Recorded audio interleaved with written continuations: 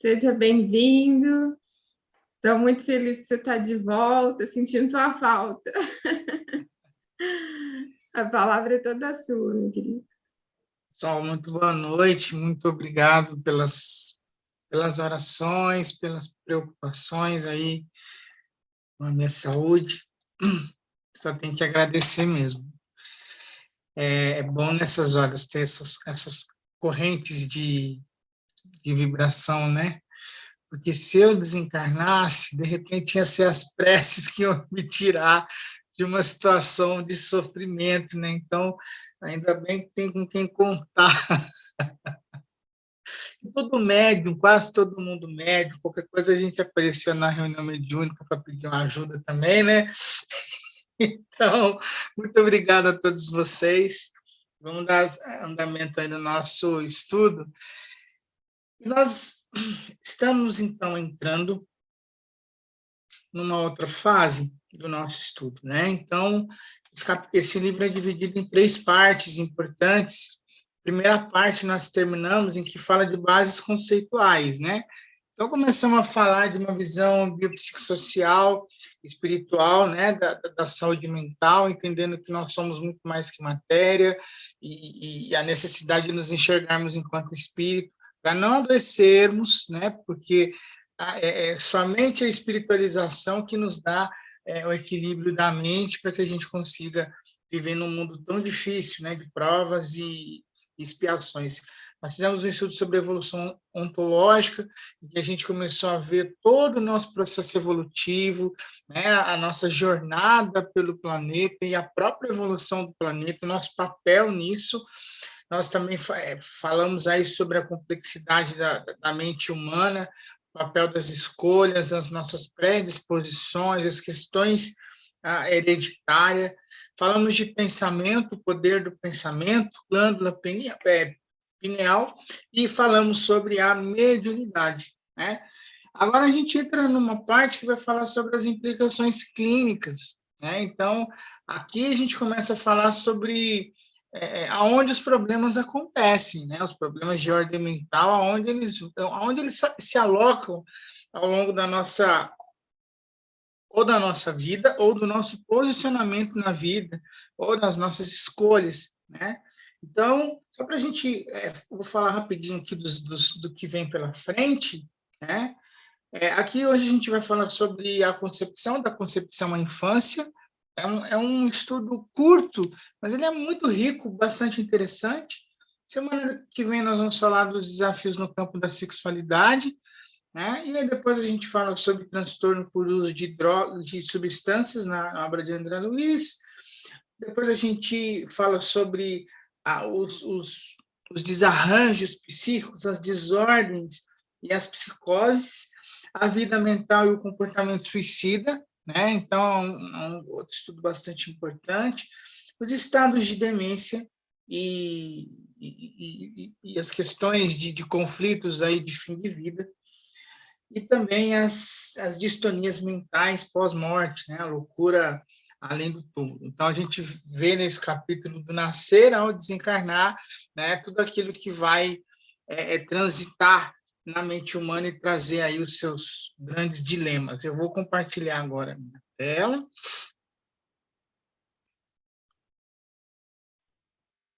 E agora eu vou conseguir ir passar os slides, porque eu acho que eu resolvi esse problema, que eu não estava conseguindo passar.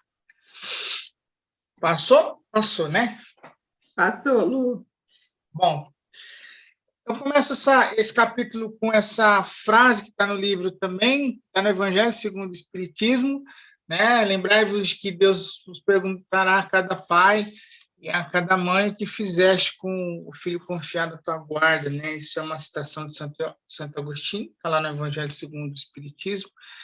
Aqui é uma pintura do Portinari, que é aqui vizinho de Franca, né? Ele pinta aqui sobre os retirantes, o desafio das famílias, dos filhos, dos pais.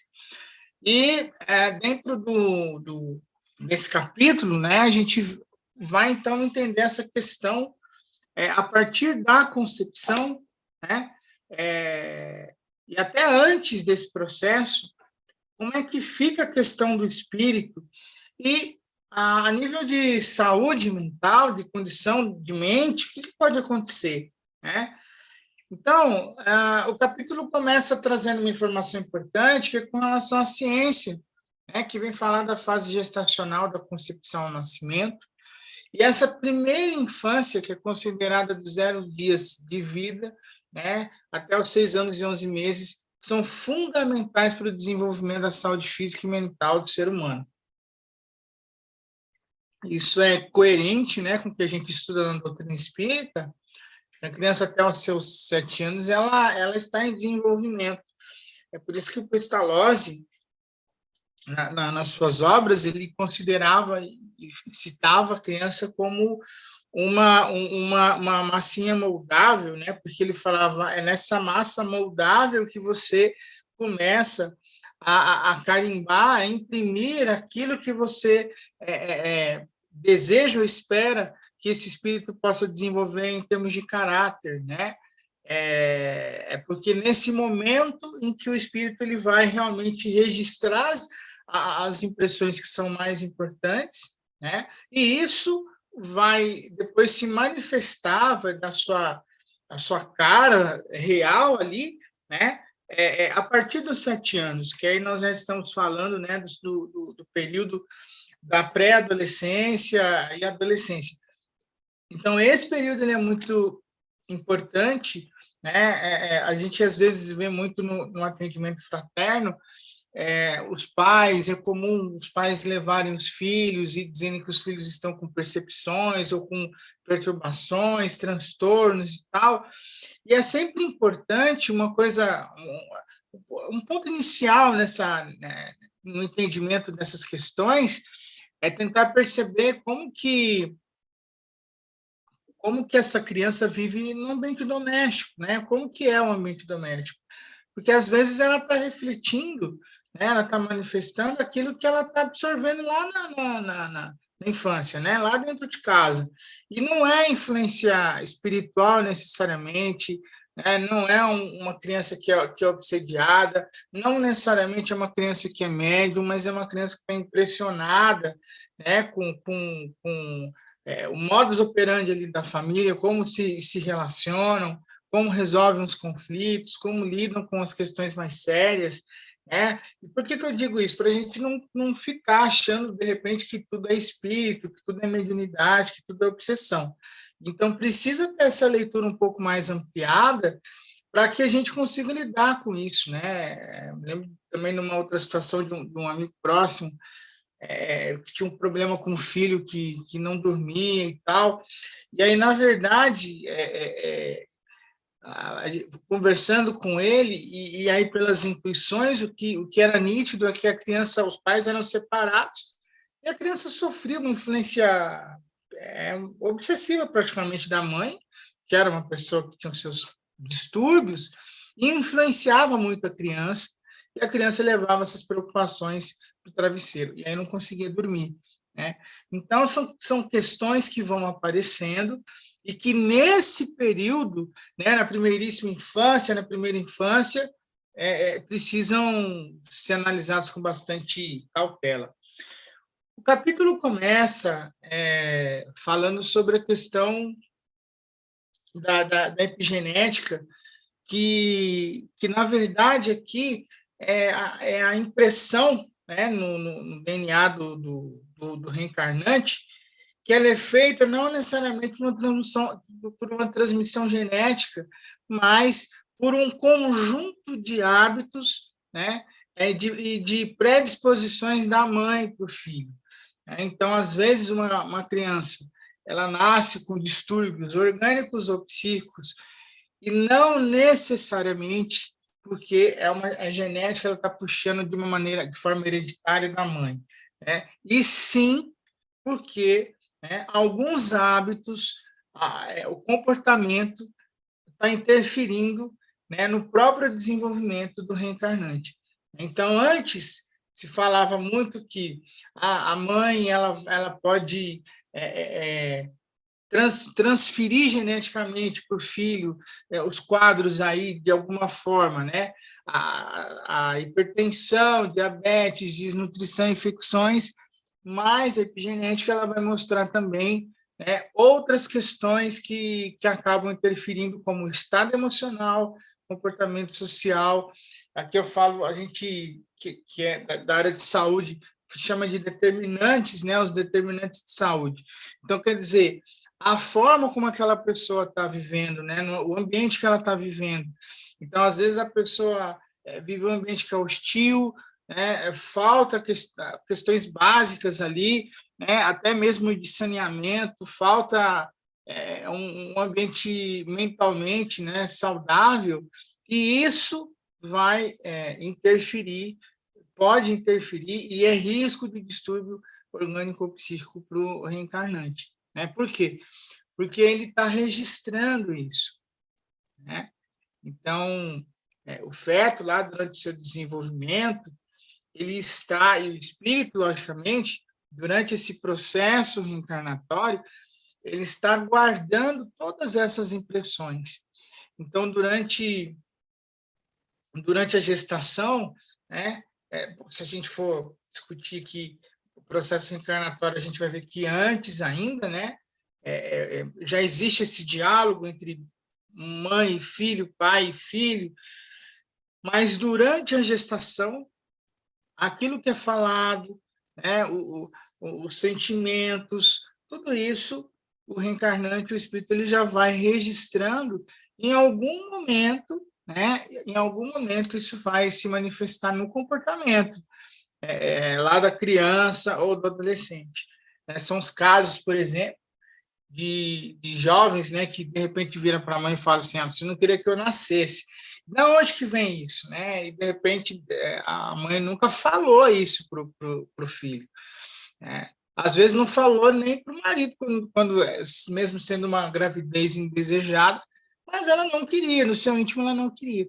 E lá dentro do seu íntimo, né, ela foi registrando isso e acaba transferindo essa carga, acaba transferindo essas impressões para o reencarnante. Né? E isso é muito mais fácil de acontecer do que a gente imagina, porque, na verdade, esse contato entre o reencarnante e a sua família, mãe e pai, isso acontece muito antes da reencarnação, né? Muito antes da gestação em si.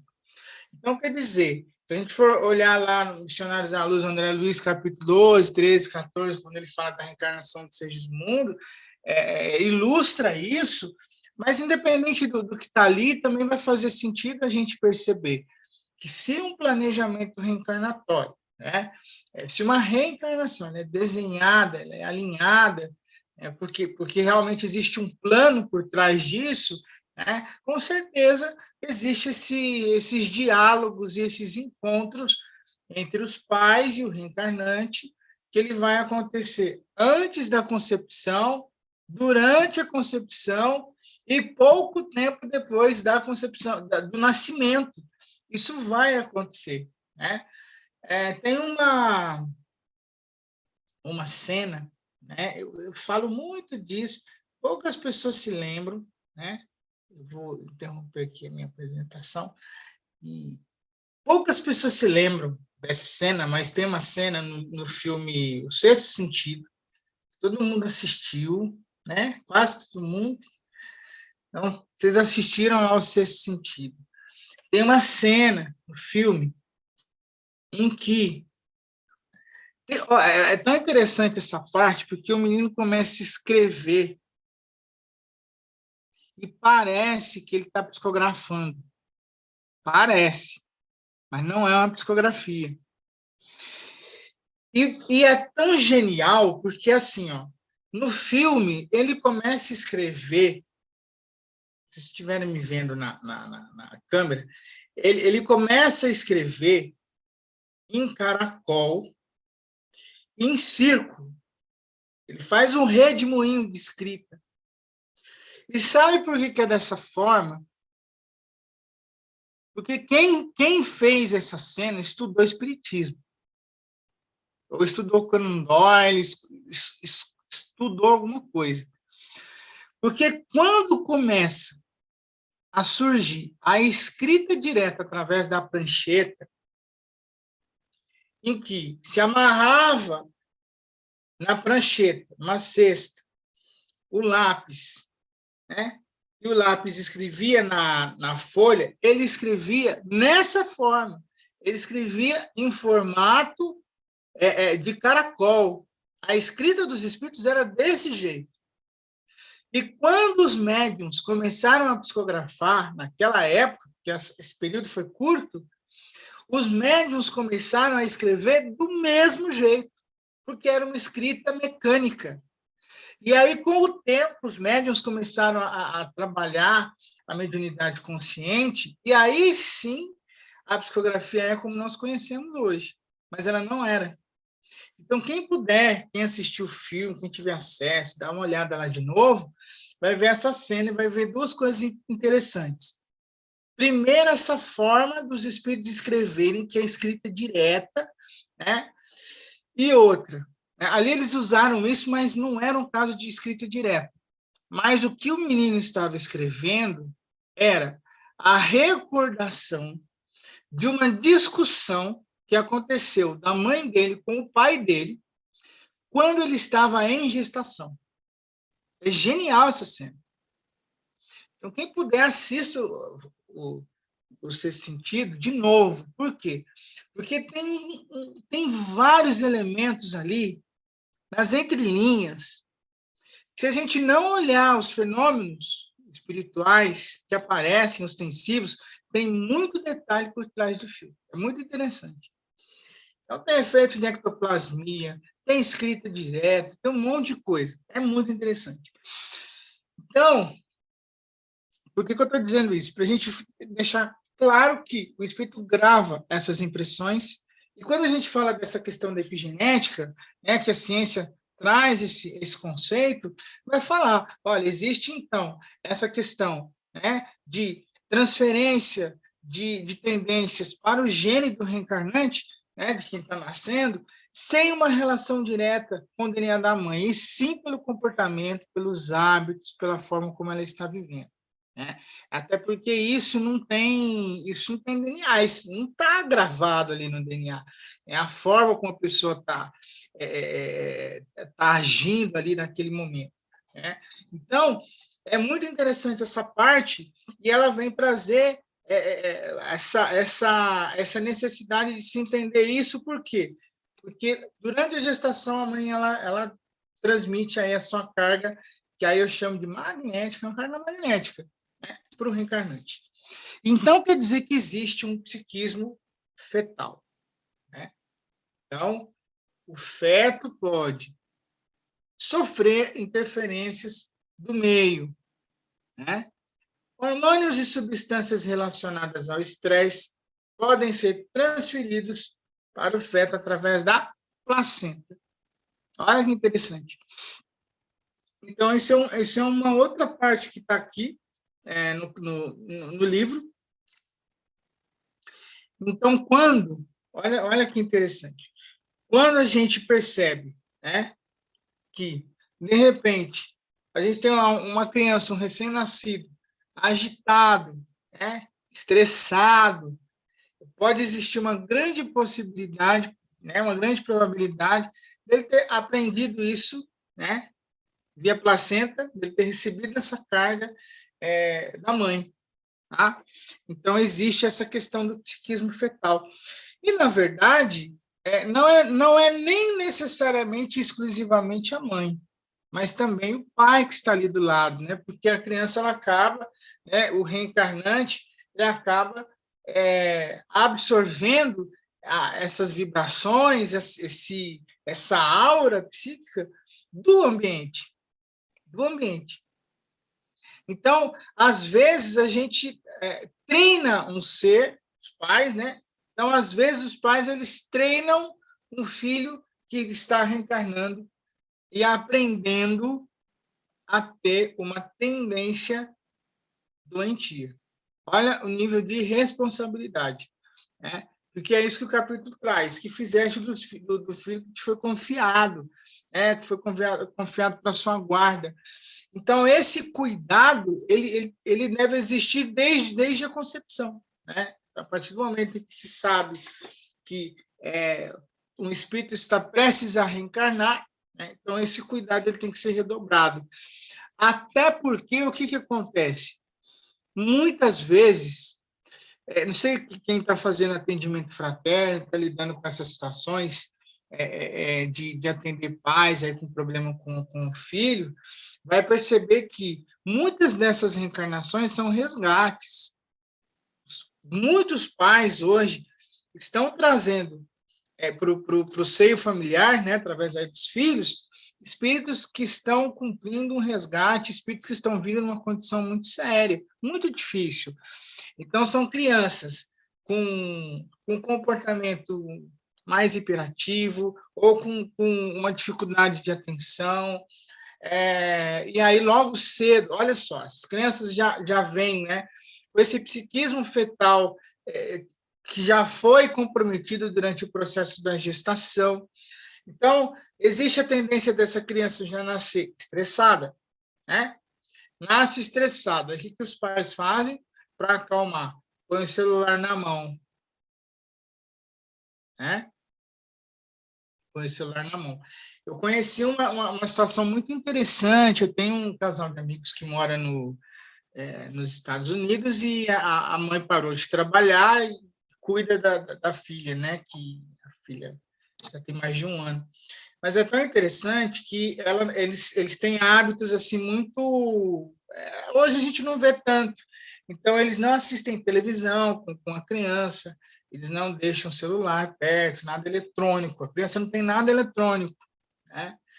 E é muito interessante que eles dizem, realmente, a gente percebe isso no comportamento da criança, ela é uma criança muito mais calma. Ela é muito calma, muito amável, né? É uma criança mais tranquila, né? Então, lógico que também influi no próprio comportamento dos pais, né? Mas isso acaba trazendo o seu reflexo, né?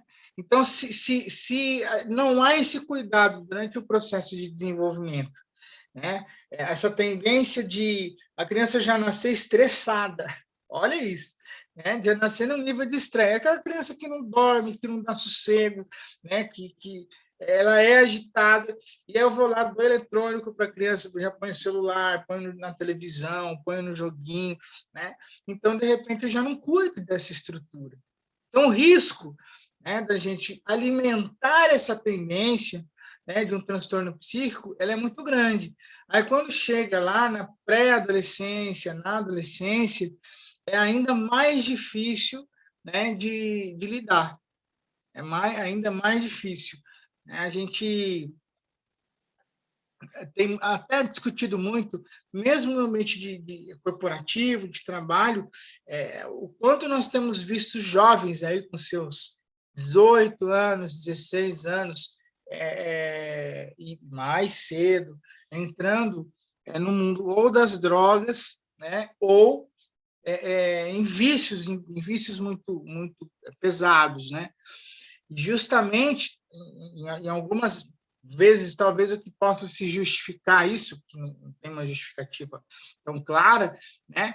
Mas é exatamente, vivem num ritmo tão acelerado, o vício na tecnologia, é uma agitação tão grande, né? E aí a busca por algum tipo de vício, algum outro tipo de vício, de repente, para acalmar, né? Para acalmar a mente.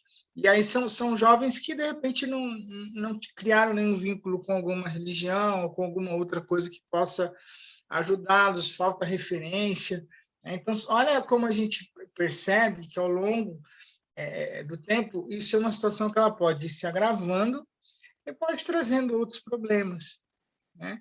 Então, aí a gente volta lá no começo do capítulo, né? O papel dos pais nesse processo.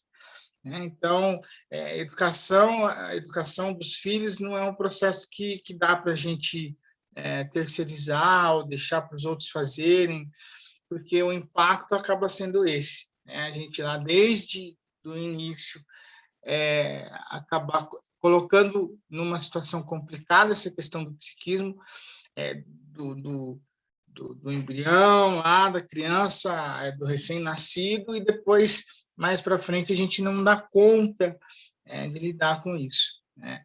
Então, e está batendo na porta, a gente tem visto aí, né, chega lá na adolescência, no final da adolescência, né, bate lá na casa espírita, a gente vai vendo, né, como estão muito jovens, com uma situação aí bem complicada nesse sentido, né?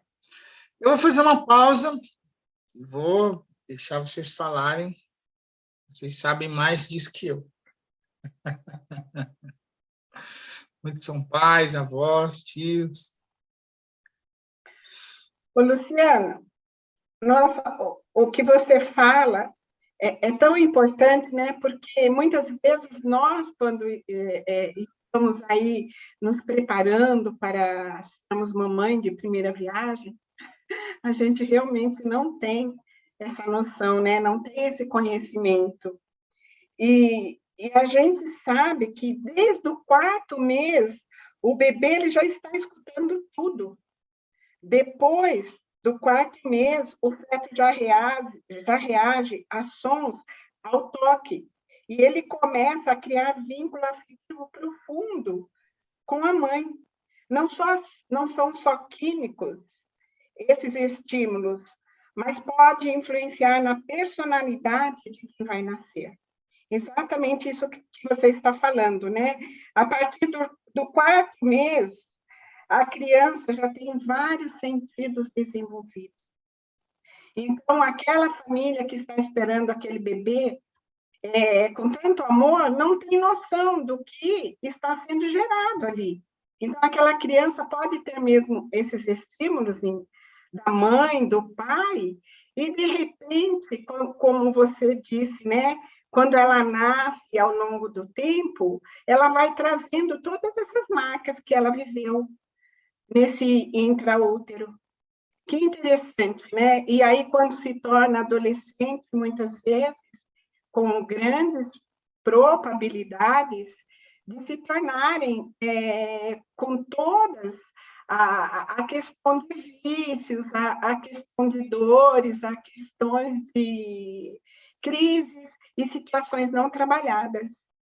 Como é importante que os pais saibam disso, né, Luciana? A gente realmente, enquanto pais, não tem essa noção. Aí eu passo a palavra. Obrigado, Nina, muito bom. Ei, Luciano, e também existe, bom, não sei se também existe, mas enfim, a minha reflexão, a minha pergunta é, por exemplo, eu tenho 3 filhas, né? Numa das 3 gestações, eu não podia sentir o cheiro do meu marido. Eu passava mal. E foi um desafio, porque eu não queria dizer isso para ele, para não constrangê-lo, né? Mas eu passava mal. Então, mas eu fiquei depois, quando eu comecei a estudar o espiritismo, uma pessoa até falou para mim que poderia não ser uma questão minha essa, e sim uma questão da minha filha. Então, eu penso também que essas questões que a gente está vendo aqui agora, tem algumas delas também que são necessidades que essa criança ou esse espírito traz e provoca nos pais que aquilo aconteça também, né? Faz sentido isso, né? Sim, sim, sim. Até porque isso é um desafio. Reencarnação, o plano reencarnatório é um desafio para todo mundo, né? E, às vezes, tanto, por exemplo, a crise que a mulher pode ter durante a gestação ou a depressão pós-parto e outras situações que vão surgindo, né? Muitas vezes elas são sintomas inconscientes, porque está lá no fundinho, são sintomas inconscientes de situações que foram surgindo durante esse percurso, né, até chegar no momento crítico, né, ou até são questões que estão refletindo no corpo, mas são questões do espírito, né? A gente não consegue ter a resposta do que é, né? Mas sim, por quê? Porque realmente é um desafio, né? E aí o desafio ele vai aparecer através do medo, da angústia, da depressão, da repulsa, do não querer aquela criança e tal, porque realmente é um processo que vai exigir um resgate, vai exigir mudanças, vai exigir renúncias, o quanto que ser pai ou ser mãe não traz renúncias que são gigantescas, né? Então, tudo isso mexe com a gente. Uhum. E, às vezes, o espírito ele vem, né, para isso, para mostrar isso. Né? Ó, agora vocês vão renunciar, tal, né, porque eu estou chegando. E aí é isso, e aí os pais vão se dedicar a esse espírito, né? E às vezes, olha, como as histórias são maravilhosas, né? Porque às vezes esses pais querem que o filho seja perfeito, seja aquilo, tal, que dê tudo certo. E de repente não, é um espírito que reencarnou para você amar. E ele precisa ser amado, ele não precisa ser médico, ele não precisa ser um advogado de sucesso, ele não precisa ser, entendeu? É alguém que precisa ser amado, né? E aí você vai entendendo isso. Eu tive uma amiga que teve um filho, um espírito muito, muito superior, essa amiga minha fala, todo mundo fala, era um espírito superior, pessoa muito boa. Ela teve um filho que ele tem uma deficiência, né? Então o tempo dele, né, é um pouquinho fica um pouquinho para trás, então o desenvolvimento dele é bem diferente. E aí ela queria que ele estudasse junto na escola com as crianças que não tem nenhum problema, né, de saúde. Então ela queria que ele estudasse igual, que ele se desenvolvesse igual, e a resposta dele não era essa, né? E aí ela se frustrava porque ela não queria enxergar que ela havia dado a oportunidade de um espírito reencarnar com um grande desafio pela frente, né? Que ela tinha condições morais para lidar com aquilo. E quando ela entendeu, né, a sua própria grandeza espiritual para lidar com isso, né, e entendeu a condição do reencarnante, do filho, aí as coisas mudaram completamente, né? Ela ficou em paz, né? E ela conseguiu a maneira dela, junto com ele, desenvolvê-lo, né? E aí foi um caminho feito artesanal, né? Foi um caminho bem desenhado, né? E deu muito certo para todo mundo. É isso. É interessante, né, Luciano, porque nós temos consciência dessa responsabilidade de gerar e dar para essa criança uma estrutura com um psique que ela possa levar durante a vida, que era essa resposta que muitas vezes a gente precisa buscar, né? Que lá no Evangelho, o que fizeste dos filhos que te confiei? Porque está aí marcado desde a gestação, não é? Essa Sim. responsabilidade.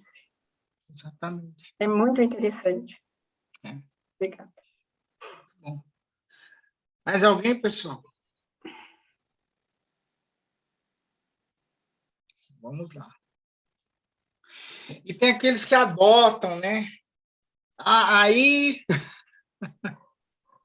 o nível, né, de comprometimento espiritual também é muito grande, né? E é uma arte, né? A arte de amar quem não é seu, né, biologicamente. Então são os exemplos aí que a gente vai buscando. Bom, vamos lá. A corrente de troca, né? Olha que frase. A corrente de troca entre mãe e filho não se circunscreve à alimentação de natureza material. Estende-se ao intercâmbio constante das sensações diversas. Aqui era um caso do livro Entre a Terra e o Céu, um processo de gestação. Então, os pensamentos de Zumira guardam imensa força sobre Júlio, tanto quanto os de Júlio relatam expressivo poder sobre a nova mãezinha. Então, as mentes de um e do outro como se justapõem, mantendo-se em permanente comunhão, até que a natureza consciente, que a natureza complete o serviço que lhe cabe no tempo. Então, quer dizer, essa simbiose saudável, né, mental, ela é riquíssima. Então, é daí, vamos entender isso, né? É daí que surge esse amor, que ele é diferente, né? O amor, na sua expressão mais sublime, reconhecidamente, ele só existe de mãe para filho, como deve ser, né? Porque o filho pode ser o que for, que a mãe vai na cadeia levar cigarro, ela vai, né? E vai bater nele dentro da cadeia, porque ele não devia ter feito aquilo, mas ela vai estar lá, 25 anos se o sujeito estiver preso, né? Então, quer dizer, isso é uma condição, né, que ela vem daí, ela vem dessa simbiose. O pai não faz isso, né? Ele não tem condições, né, para fazer essa corrente tão direta, né? Então, é uma grande oportunidade desses dois espíritos. É por isso que a gente vai ver na doutrina espírita que, geralmente, para que você consiga fazer com que um espírito muito atrasado ele tenha uma oportunidade de ser resgatado, evoluir, é a mãe, né? É aquele espírito que vai se colocar na condição de mãe que vai conseguir fazer isso acontecer, né? Por quê? Porque ela vai... Olha só, se a gente for ler principalmente as obras do Manuel Filomeno de Miranda, que traz esses exemplos tão fortes, né? A gente vai ver um espírito adiantado, que é o espírito da mãe, implorando, né, misericórdia por aquele filho, e aí ela vai abrir mão, de repente, do seu progresso ali, ela vai, porque ela já está à frente, né, mas ela volta, né, e reencarna para ser mãe daquele espírito que era chefe de falange, né, que tinha um histórico aí, vários débitos para quitar. Então, essa mãe, ela cede, né, para esse espírito a oportunidade. Então, nessa simbiose é que nasce o amor mesmo, né? Nasce não, né? Ele se fortalece e se manifesta, porque ele já existia antes da concepção, ele já existia antes de se definir o planejamento reencarnatório, né? Então, nós vamos ser gratos aqui também às nossas mães, a todos nós, né? Porque é o espírito que, de repente, aceitou essa condição, né, de criar conosco essa simbiose para que nós pudéssemos reencarnar. Por isso que a doutrina espírita, né, a gente passeia um pouco os princípios da doutrina espírita, por isso que a doutrina espírita ela é veemente contra a questão do aborto, né, justamente porque quando se fala do aborto, e eu não vou entrar em detalhes porque não é o foco, mas quando se fala no aborto, muitas vezes a gente desconsidera esses aspectos. Olha só, né? A gente acaba esquecendo que existe uma construção muito maior, pensando aí a nível de fluido, de magnetismo, de corrente vibratória, estruturação de um plano, né?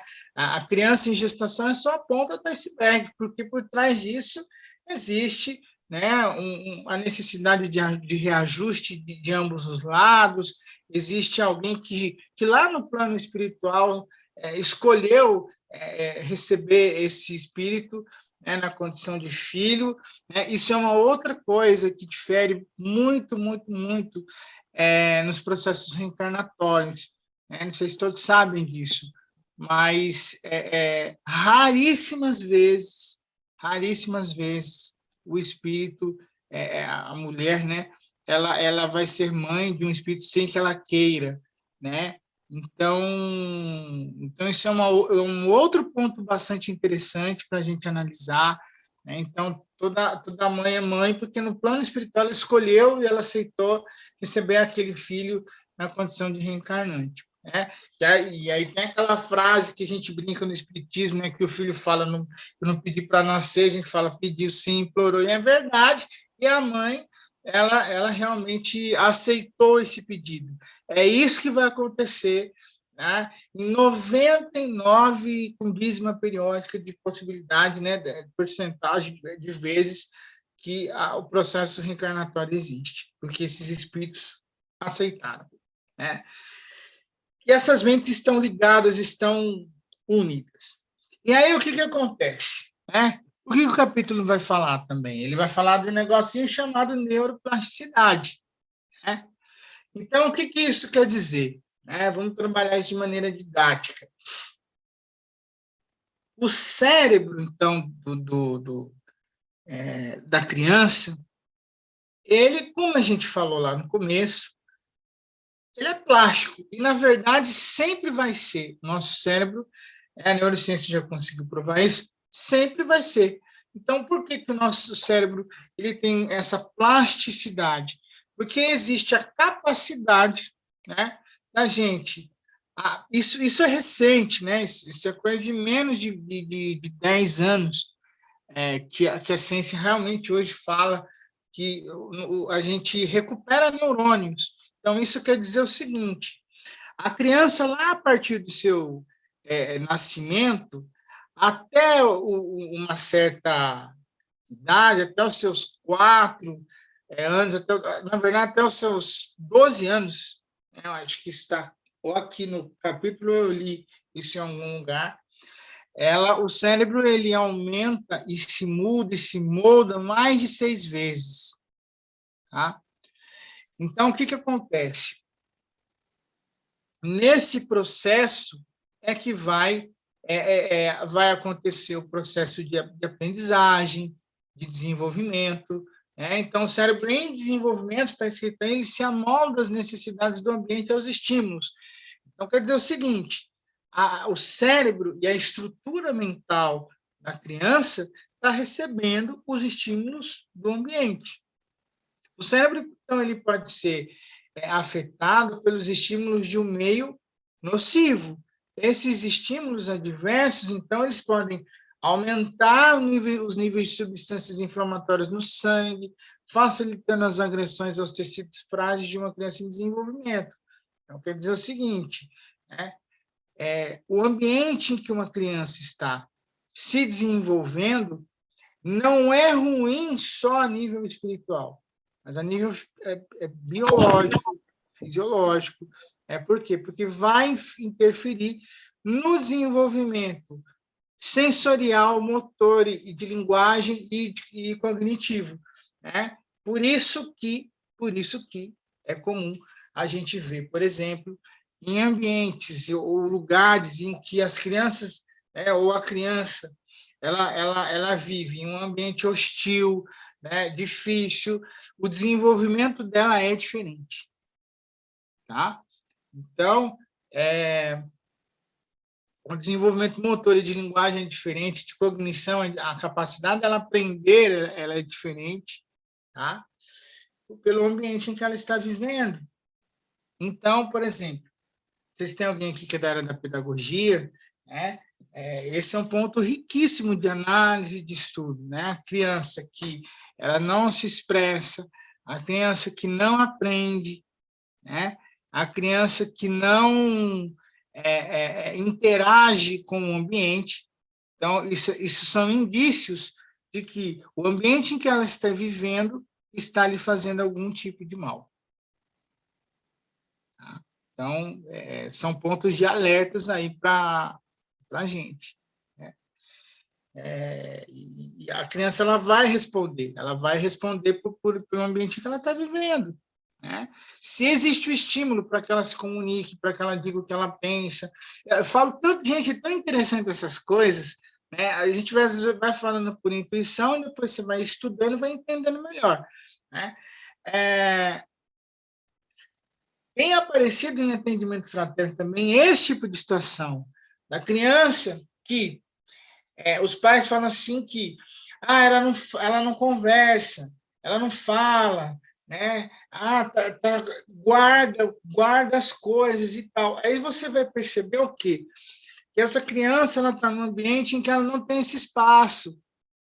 Ela não tem esse espaço, né? Aí como que ela vai como que ela vai manifestar o que ela pensa, o que ela sente? Às vezes através de um comportamento agressivo, né? Ou a fuga com relação a algumas coisas no dia a dia, tá? E aí você começa a conversar com a criança, aí você começa a fazer ela entender o seguinte, ó, você tem o direito de expressar o que você pensa. Você tem o direito de falar o que você pensa, né? E esse está falando isso com o pai e a mãe do lado, né? Você tem o direito de falar o que você pensa, né? Desde que isso não agrida, não há necessidade. E os seus pais, eles têm esse papel, essa responsabilidade de tentar entender também o que você pensa, o que você sente. Por quê? Porque se você não expressa isso agora, você não vai conseguir fazer isso mais tarde, e mais tarde é mais grave, é mais difícil, vai exigir mais. Então, é no ambiente doméstico, gente, que a gente treina e testa essas coisas com a criança, né? Porque senão você reprime demais, fecha demais, e aí você tem uma criança que ela é reprimida, né? E aí, em algum momento, isso vai estourar. Em algum momento, isso daí vai aparecer. E o pior é que, muitas vezes, isso aparece de uma maneira muito ruim, né? Que vai aparecer longe dos olhos e do coração, né? Isso vai aparecer lá fora, né? E aí vão surgindo os problemas, né? Tudo por quê? Porque a gente não percebe, né? Às vezes os pais ou a família não percebem como é que está sendo desenvolvido, né? A mente, o cérebro, a cabeça, né? Dessa criança. Não se percebe como que está acontecendo. É bastante interessante começar a olhar as questões por esse lado, porque a gente começa a ver se há negligências, se há falhas, né? Será que está estudando? Será que está aprendendo? Será que fala o que pensa? Será que está conseguindo? Né?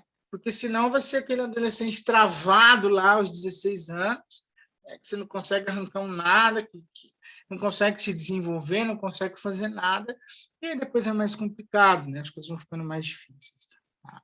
Então, isso é uma coisa que o capítulo traz, né? Também, que o livro traz, e que é importante a gente ter atenção. Vou encerrar o compartilhamento, abrir para vocês comentarem, né? São capítulos agora que são um pouco diferentes, né? A gente está entrando em algumas questões mais específicas, mas é importante a gente ter conhecimento disso.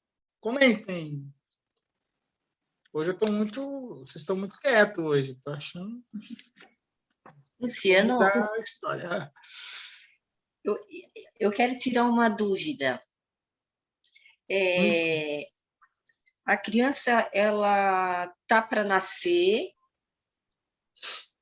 ela sabe que vai ser rejeitada pelo pai, pelo avô.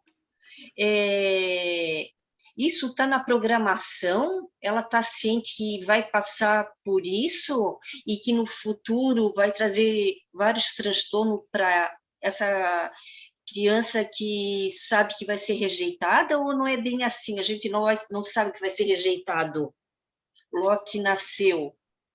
Traz uma questão que é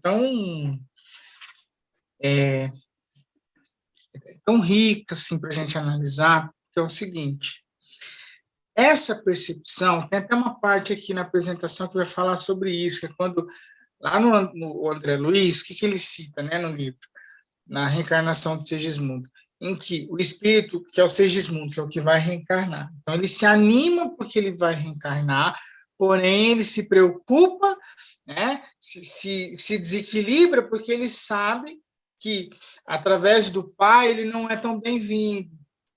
E aí vem essa sua pergunta, porque, de repente, o pai não quer, o avô não quer, não sei, a família inteira não queria que aquilo acontecesse, né? O que vai acontecer nesse caso? Né? Isso está na programação? Isso não sei se é programação ou faz parte de um contexto reencarnatório, na verdade. Isso é um contexto. E aí, no contexto, o espírito sabe que na reencarnação dele, ele vai ter essa situação contra ele, né? E às vezes isso é tão forte, somado àquilo que o espírito vai enfrentar, que a gente vai chamar isso aqueles casos de aborto espontâneo, tá? O espírito desiste de reencarnar em algumas situações assim, tá? Ou ele reencarna, porém ele reencarna e desde tenridade você já percebe que ele tem uma dificuldade gigantesca com algumas pessoas da família, são específicos, né? Que justamente está relacionado a essa repulsa, a essa situação toda, que ele já sabia antes de reencarnar e sentia, percebia ou ouvia isso durante a gestação dele, como a Nina tão feliz comentou para nós aí, né, a partir dos 4 meses, já registrava, né, essa situação toda. Né? E aí, quando é assim, o que o espírito quer? Ele quer pelo menos reencarnar. Então, quando a gente vai ler, por exemplo, no Mundo Maior, que tem um caso de aborto gravíssimo, acho que é o que de mais grave tem descrito em tudo que o André Luiz tem nas obras, é o caso do aborto. Para mim, eu acho que aquilo é o pior, porque fica muito claro isso. O espírito ele implora, né? Porque no processo do aborto, o que acontece? Ele sai do corpo, eles estão fazendo um aborto, o espírito reencarnante sai do corpo, a mãe sai do corpo, porque ela dá uma apagada, sai do corpo, e aí ele implora para ela, pelo menos, para deixar ele nascer. Por quê? Porque é a grande oportunidade que esse espírito tem, né, de resolver os seus débitos e tudo, mesmo sabendo que não vai ser amado, mesmo sabendo de um contexto ruim, o espírito, pelo menos, ele quer reencarnar, né? Então, nesse caso, ele tem essa percepção, ele sabe, muitas vezes ele vai ter isso guardadinho lá dentro dele e vai manifestar isso através de um tipo de comportamento. Tá? Porque, assim, Luciano, é uma coisa, assim, bem interessante, assim, esse caso que eu falei aconteceu comigo, né? O meu filho foi rejeitado pelo pai dele, pelo avô e por uma tia. Quando ele era pequenininho, mas pequenininho mesmo, assim, uns 2 anos, ele dizia: eu não gosto dessa pessoa, não gosto dessa pessoa, dessa pessoa. E eu ficava assim, não pode. Eu não entendia. E eu dizia assim, meu Deus, ele tem problema. Meu filho está com algum problema. Porque ele sabia certinho, mas era muito pequenininho. E assim, ele trazia lembranças assim que eu dizia assim, não pode. Mas ele tinha certeza absoluta assim do que ele falava, mas era muito pequenininho para ter essa certeza, né? Uhum. E assim, às vezes eu me culpava, assim, o erro está comigo, né? Será que eu tô, como é que eu vou dizer para ti, sufocando ele para mim? Mas não, realmente aconteceu e ele sempre teve essa sensação certinho das pessoas que iam rejeitar ele desde pequeno. Só que o seguinte, hoje ele é um rapaz de 33 anos, só que as sequelas e as feridas são muito grandes. Uhum. E, assim, é muito difícil a gente absorver isso, lidar com isso, né? Mas a gente sempre tinha, quando ele ficou maior, que a gente se juntou, eu e ele, para passar por tudo isso. A gente tem essa consciência, porque um dá um suporte para o outro, né? Porque eu tive que segurar trancos e barrancos, né? E em nenhum momento eu tive dúvida, não vou, porque quiseram tirar ele também de mim, né? Me ameaçaram, não, eu vou tirar o teu filho de... Ele tinha 4 anos, quando eu digo, não quero mais ter contato nenhum com essa família. Ameaçaram tirar de mim. Eu disse assim, não, de mim não tira. Mesmo que eu era nova, eu tinha uns 25 anos, porque é nova para ser mãe. É uma idade nova. Eu ia de cidade em cidade. Eu não parava numa cidade só. Eu pulava muitas etapas dos meus anos que eu tive com meu filho, pulando de cidade em cidade, para ninguém tirar do meu filho, né? E hoje a gente tem a consciência, por isso que eu fiz essa pergunta para ti, que a gente sabia que a gente ia passar por tudo isso junto, e dando suporte, porque assim, ó, ele teve tudo para desandar nessa vida. Teve tudo para desandar.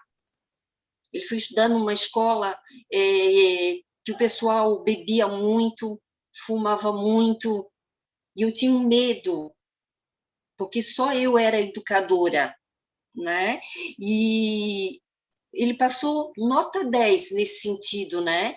Então, e hoje eu tenho assim a certeza absoluta, através de vocês, que a gente se juntou, eu e ele, para passar por essa trajetória que nós estamos passando até hoje, que ela não terminou ainda, essa trajetória com o pai dele, né?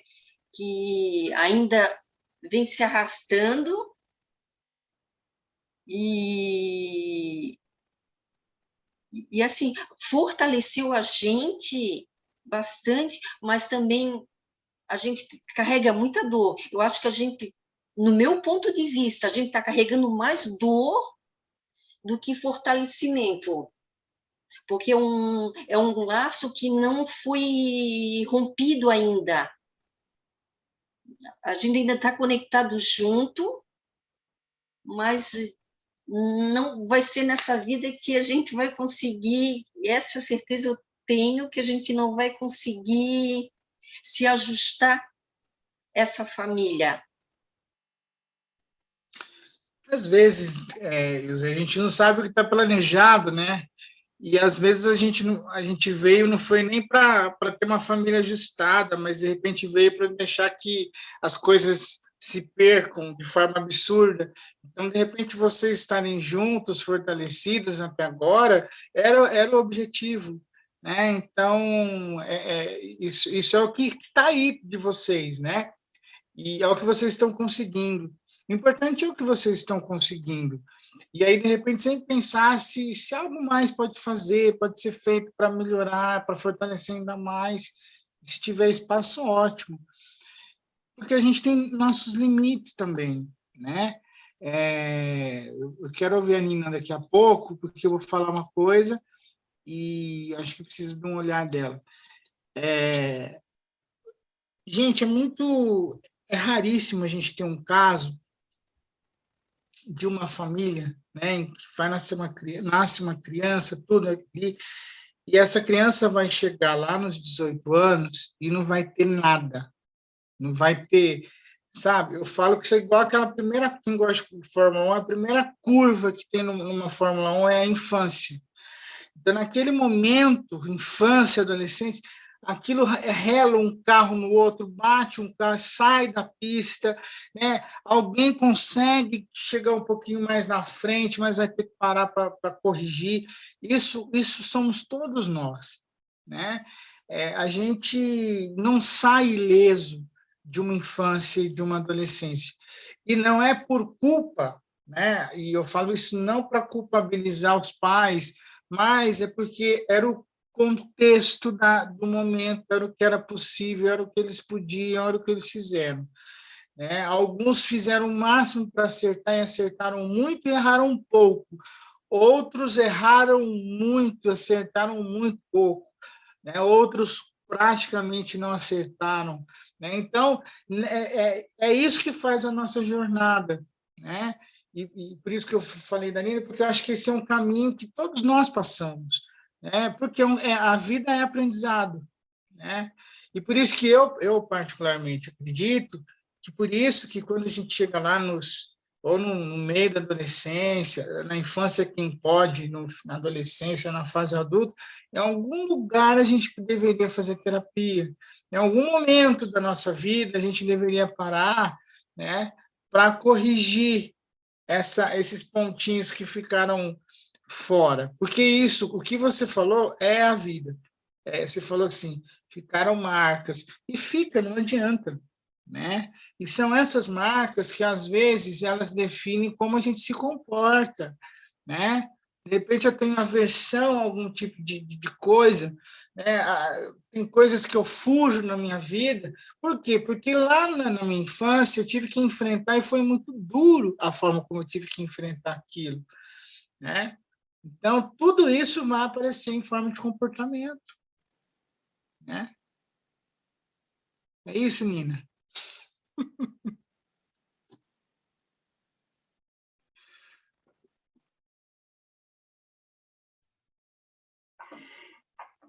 Então, Luciano, o ser, né, o indivíduo, a criança, que ao nascer, ela já observa, como nós falamos lá, e você reforçou, a partir do 4º mês, e essa criança nasce numa família que ela não recebe afeto, que é uma criança que fica ali como um ser humano, recebendo as primeiras necessidades dela para viver.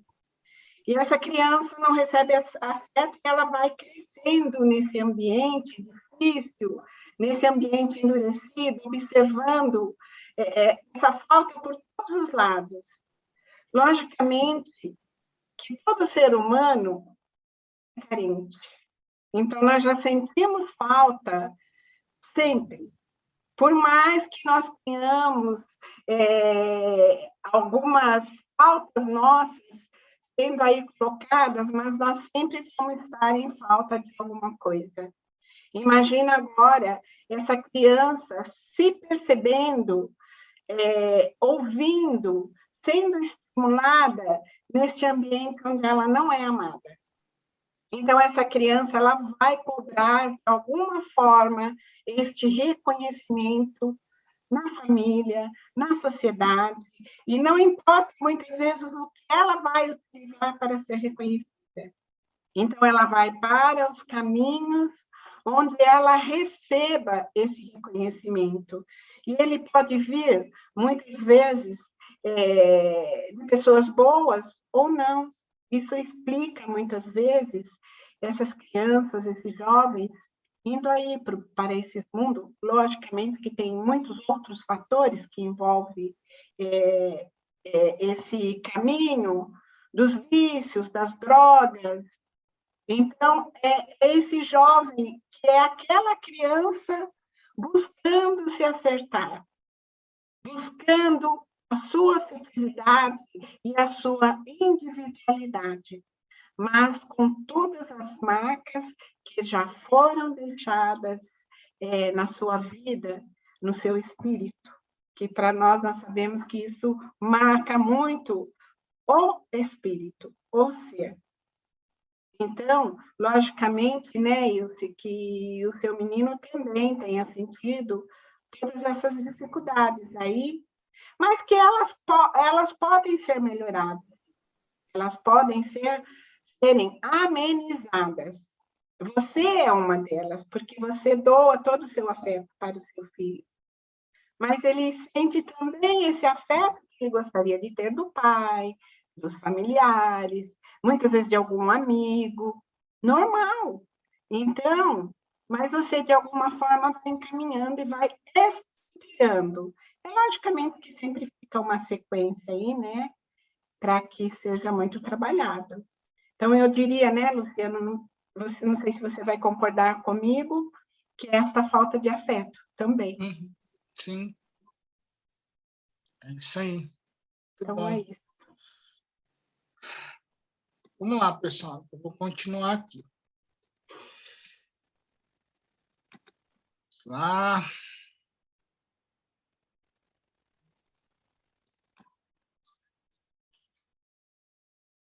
Bom, então, esses estímulos, né? Esses são estímulos que nós estamos falando aí.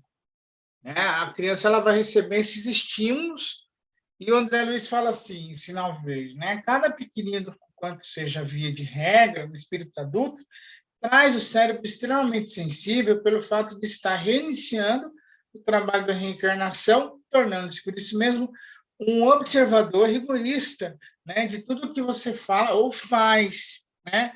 Então, quando a Nina falou agora há pouco, né, que de repente esse jovem, né, ele é aquela criança que está querendo voltar lá para corrigir o que ficou, é isso, porque de repente, nessa observação rigorosa, essa forma em que ela foi educada, começa a perceber que não era mais ideal, começa a ver o que faltou, começa a perceber o que poderia ser diferente, né? E aí tudo o que foi feito, o que foi dito, está lá guardado, né? no mundo dessa criança.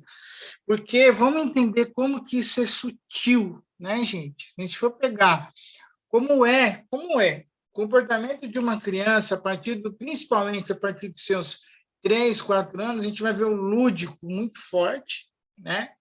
Então, a criança vive esse lúdico, e aí o que acontece? Enquanto ela vive esse lúdico, ela também está em contato com a realidade daquilo que ela está vivendo em família, né? E aí o que vai acontecer? Ela vai trazendo, né?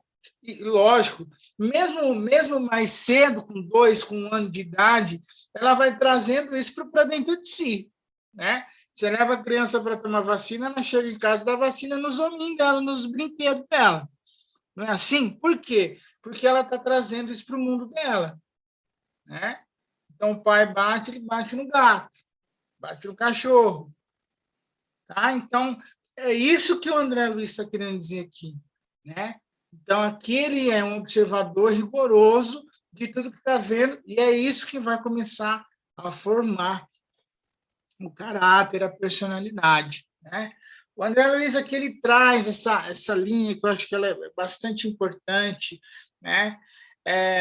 Aqui no começo aqui nesse texto é a citação de Segismundo, que ele se animava aí com a esperança de reencarnar, porém o pai tinha uma situação contra ele, tinha uma situação de ódio, de ciúme, e aí ele se vê numa situação difícil, né? O Segismundo. Então é o exemplo que a Nilce deu, que a Ilse deu, que foi muito rico para nós do filho. Então lá no plano espiritual já percebe que vai ser desafiador, então já vai gravando isso, né? O planejamento reencarnatório, pessoal, seguindo aqui, às vezes ele começa 30 anos antes, né? Por quê? Porque é um alinhamento de espíritos que vão reencarnar numa mesma família, né? Então, é um plano coletivo, não é o plano da Nina, é o plano da família da Nina. Porque para a Nina vir, a mãe dela autoriza, né? Permite ou não. E aí, com quem que a Nina vai casar? Vai ser com tal pessoa. Por quê? Porque esse espírito tem tal compromisso com ela. E eles têm um ajuste com tal espírito, né? Então, isso não vai acontecer do dia para a noite. Isso é um arranjo que acontece há muito tempo, né? A arquitetura do plano espiritual para isso, ela é complexa, né? Porque como é que vai nascer, né, o filho da Nina? Como que vai vir essa criança, né? Vai vir saudável? Quais são as tendências? Como é que vai ficar a questão da hereditariedade? Então, meses antes da concepção, os arquitetos do plano espiritual já vão desenhando isso, Por quê? Porque lá no momento da concepção, eles vão precisar ajustar o biológico ao planejamento reencarnatório, né? Então, existe essa aproximação com os pais e o reencarnante, né? Para que haja esse acordo, que o capítulo do André Luiz, que fala sobre reencarnação lá em Missionários, já é lá na frente, também, né? Nessa aproximação, né? Que é a concordância dos pais, o filho, as provas que eles vão vivenciar, né? Antes dessa concepção, o perispírito do reencarnante, então, ele começa a passar por um processo de redução da sua estrutura, né? Já se prepara para a concepção, né? E aí começa, então, o processo, a partir da concepção, que é essa vinculação inicial do corpo com o espírito. Então, o espírito é a hora que ele vai pegar o carro zero dele, né? Então, ele vai entrar no carro zero dele e começa, então, o seu processo reencarnatório, né?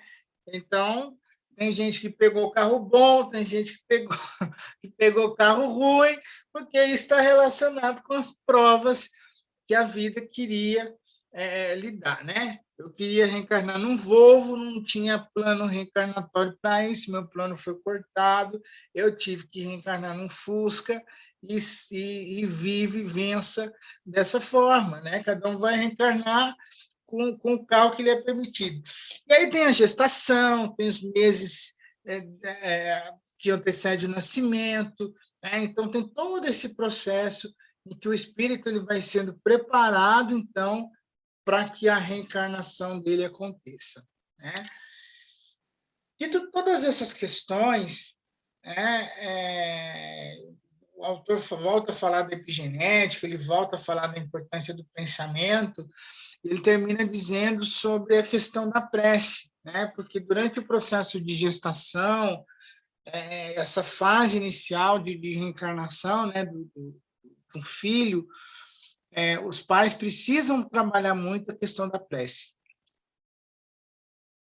E por que trabalhar a questão da prece? Porque é uma forma de imantar esse espírito reencarnante em vibrações harmônicas, equilibradas, né? Aqui tem um exemplo, né, aqui, uma citação da prece, o André Luiz citando o ambiente. As luzes da prece inundam o vasto recinto, palpitava tudo agora a claridade serena, doce, radiante, muito diversa da luminosidade artificial. Os flocos radiosos que partiam de nós multiplicavam-se no ar, como se obedecessem a um misterioso processo, né, de segmentação. E a prece acaba construindo esse ambiente favorável, né, para o reencarnante.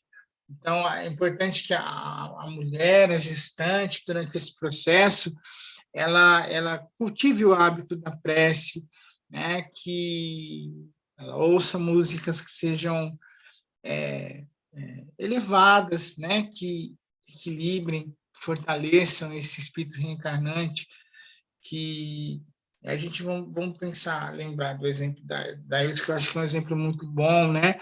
A gente for pensar, o espírito assim reencarna numa situação mais desafiadora. Então, quanto mais amor ele receber, né? Lá no comecinho, mais fortalecido, mais preparado ele vai se sentir, né? Então, nós também, quando soubermos, né, de uma amiga, de uma pessoa conhecida, uma mulher que esteja nesse processo de gestação, que a gente possa orar muito também, né, por ela e por ele, né, pelo Espírito, para que essa vinda ao mundo espiritual, ao mundo material, né, ao mundo terreno, ela seja uma vinda harmônica, de paz e de serenidade, para que esse espírito consiga superar os seus desafios, né? E quanto a nós que já reencarnamos faz tempo, um tempinho, né, é interessante a gente olhar, dar uma olhadinha para trás na nossa jornada, ver se ficou alguma coisa caída na estrada do tempo que a gente precisa pegar de volta, e se precisar, né, a gente buscar a ajuda de um profissional que nos ajude, né, a lidar com os traumas, com os medos, com as angústias, com as fobias, que, na verdade, por mais que às vezes a gente faça de conta que não, todos nós temos, né? E a gente precisa, de vez em quando, olhar para isso, para que a gente sofra menos e viva mais. E viva em abundância, com o sorriso de uma criança, né? Que é o sorriso e a alegria de alguém que ainda não percebeu o que está pela frente, mas está de braços abertos para o mundo. A gente tem que ser sempre assim. Muito obrigado, pessoal. Obrigado, Lu. Pessoal, já são 9h29. Parabéns, Lu, de novo. Eu senti Obrigado. muito sua falta semana passada. Eu vou passar para a Lili. Você faz a nossa prece, Lili? Faz.